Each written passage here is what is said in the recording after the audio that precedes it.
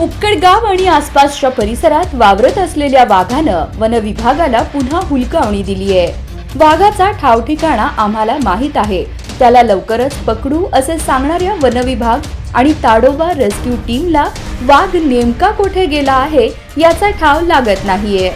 वाघाच्या ताज्या शिकारीबद्दल माहिती मिळाल्यानंतरच त्याचा नवा अधिवास निश्चित करता येईल।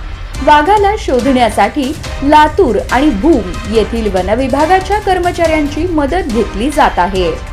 या मोहिमेसाठी नव्याने 20 ते 30 ट्रॅप कॅमेरे बसवण्यात आले असून पथकाने जवळपास 30 किलोमीटर पायपीट केली आहे, अशी माहिती ताडोबा पथकाचे प्रमुख डॉक्टर रवींद्र खोब्रागडे यांनी दिली।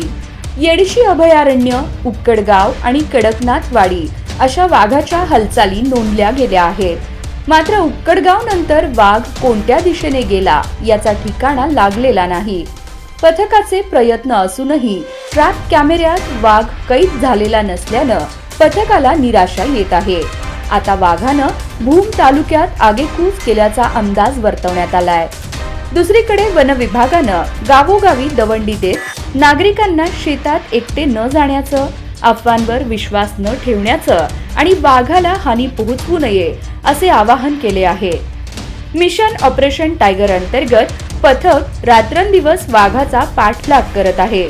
वाघाला पकडण्यासाठी वन विभाग आणि ताडोबा रेस्क्यू टीम सतत प्रयत्नात आहे।